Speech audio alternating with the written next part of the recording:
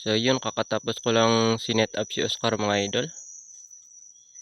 Iiwan ko na lang ulit dito dahil busy pa din kami sa trabaho.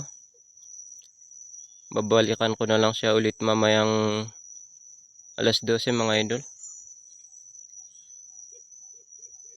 Alas 12 na mga idol. Punta na naman natin si Oscar kung may nahuli na. Malapit na tayo mga idol. Dito ko lang nilagay sa may puno. Hindi ko alam kung anong tawag sa puno to.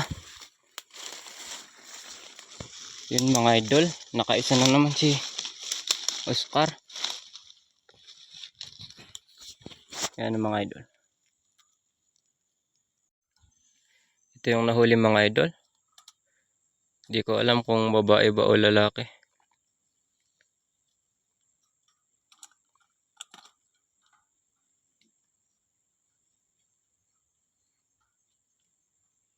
So hanggang dito na lang mga idol. Maraming salamat sa panonood.